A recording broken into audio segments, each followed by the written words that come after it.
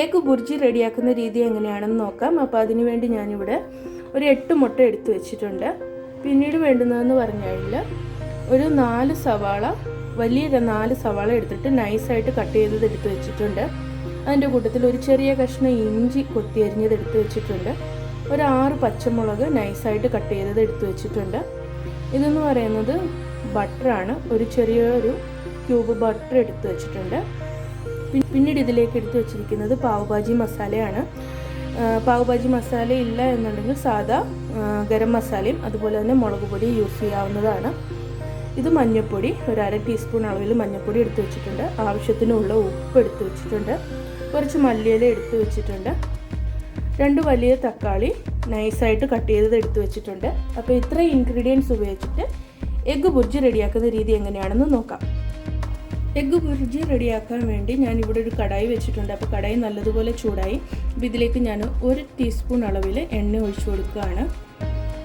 എണ്ണ ഒന്ന് നല്ലതുപോലെ ചൂടായി വരുമ്പോഴത്തേക്ക് നമുക്കതിലേക്ക് എടുത്തു വെച്ചിരിക്കുന്ന ബട്ടർ ആഡ് ചെയ്ത് കൊടുക്കാം. അപ്പോൾ എണ്ണ നല്ലതുപോലെ ചൂടായിട്ടുണ്ട്. അപ്പോൾ ഇതിലേക്ക് ഞാൻ എടുത്തു വെച്ചിരിക്കുന്ന 2 ക്യൂബായിട്ടുള്ള ബട്ടറും കൂടി ഇട്ട് കൊടുത്തിരിക്കുകയാണ്.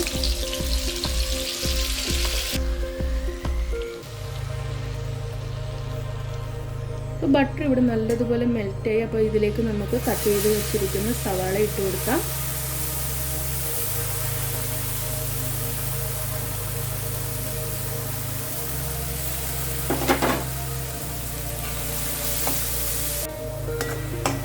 ഉള്ളിയൊക്കെ ഇവിടെ നല്ലതുപോലെ ഒന്ന് വാടി വന്നിട്ടുണ്ട്. അപ്പോൾ ഇതിലേക്ക് നമുക്ക് എടുത്ത് വെച്ചിരിക്കുന്ന ഇഞ്ചി, കൊത്തി അരിഞ്ഞ ഇഞ്ചി ഇതിലേക്ക് ഇട്ട് കൊടുക്കാം. അതിൻ്റെ കൂട്ടത്തിൽ തന്നെ നമുക്ക് എടുത്ത് വെച്ചിരിക്കുന്ന പച്ചമുളകും കൂടി ഇട്ട് കൊടുക്കാം.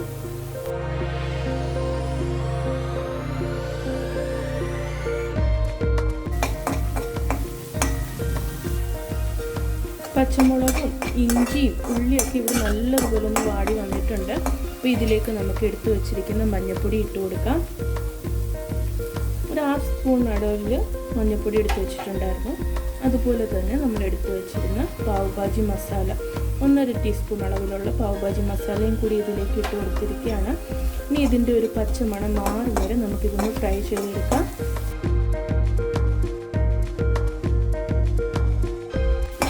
മസാലയുടെ ഒക്കെ ഒരു പച്ചമണം മാറിയിട്ടുണ്ട്. നമുക്കിതിലേക്ക് ഇനി എടുത്തു വച്ചിരിക്കുന്ന ടൊമാറ്റോ ഇതിലേക്ക് ചേർത്ത് കൊടുക്കാം.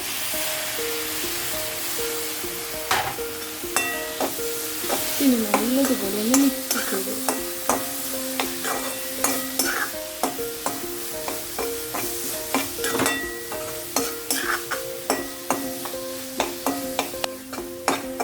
ഈ ടൊമാറ്റോ ഒക്കെ നല്ലതുപോലെ ഞാനിവിടെ മിക്സ് ചെയ്തെടുത്തിട്ടുണ്ട്. അപ്പോൾ ഇതിലേക്ക് ഞാനൊരു 1/4 സ്പൂൺ അളവിൽ ഉപ്പും കൂടി ചേർത്ത് കൊടുക്കുകയാണ്.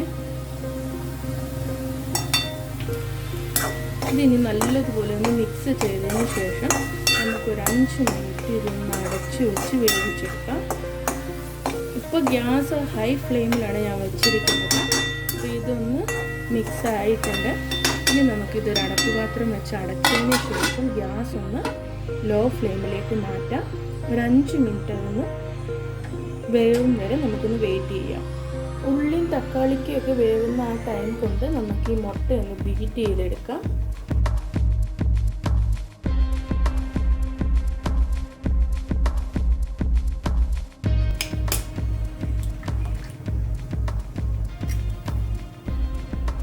അപ്പോൾ മുട്ടയൊക്കെ ഞാൻ പൊട്ടിച്ചൊരു ബൗളിൽ എടുത്തിട്ടുണ്ട്. അതിലേക്ക് ഞാനൊരു പിഞ്ച് ഉപ്പ് ഇട്ട് കൊടുക്കുകയാണ്. എന്നിട്ട് ഇത് നമുക്ക് നല്ലതുപോലെ ഒന്ന് ബീറ്റ് ചെയ്തെടുക്കാം.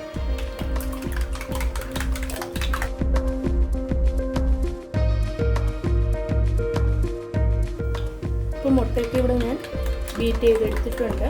അപ്പോൾ നമ്മൾ റെഡിയാക്കാൻ വെച്ചിരുന്ന ഉള്ളിയും തക്കാളിക്കൊക്കെ ഒന്ന് വെന്തോന്ന് നോക്കാം. 5 മിനിറ്റ് ആയിട്ടുണ്ട്. അപ്പോൾ നമുക്കത് എന്തായെന്നൊന്ന് നോക്കിയിട്ട് വരാം.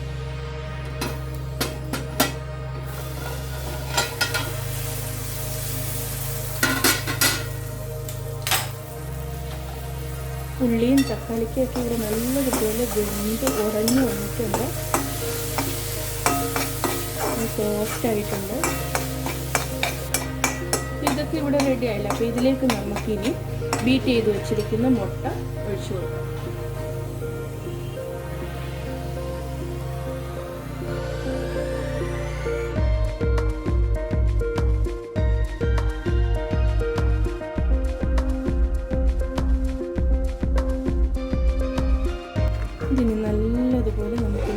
ചെയ്തെടുക്കുക. ലോ ഫ്ലെയിമിൽ വെച്ചിട്ട് വേണം ഇതൊന്ന് മിക്സ് ചെയ്തെടുക്കാൻ.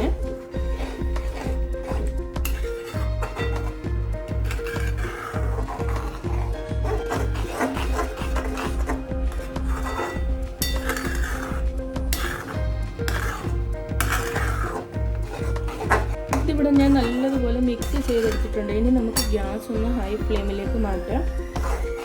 എന്നിട്ട് ഇതിങ്ങനെ ഇളക്കിക്കൊണ്ടേയിരിക്കുക.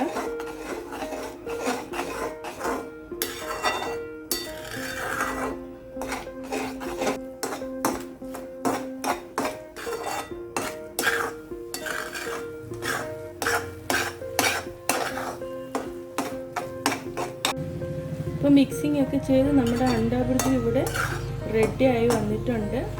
നല്ലതുപോലെ ഡ്രൈ ആയി വന്നിട്ടുണ്ട്. അപ്പോൾ ഇതിലേക്ക് നമുക്ക് ഇനി ആവശ്യത്തിനുള്ള ഉപ്പും കൂടി ചേർത്ത് കൊടുക്കാം.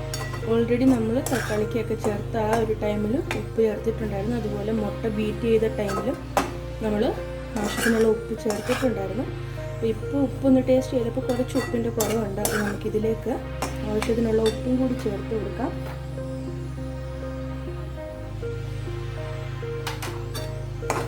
ഇതൊന്ന് മിക്സ് ചെയ്തതിന് ശേഷം നമുക്കിതിലേക്ക് അരിഞ്ഞു വെച്ചിരിക്കുന്ന മല്ലിയിലയും കൂടി ചേർത്ത് വെക്കാം.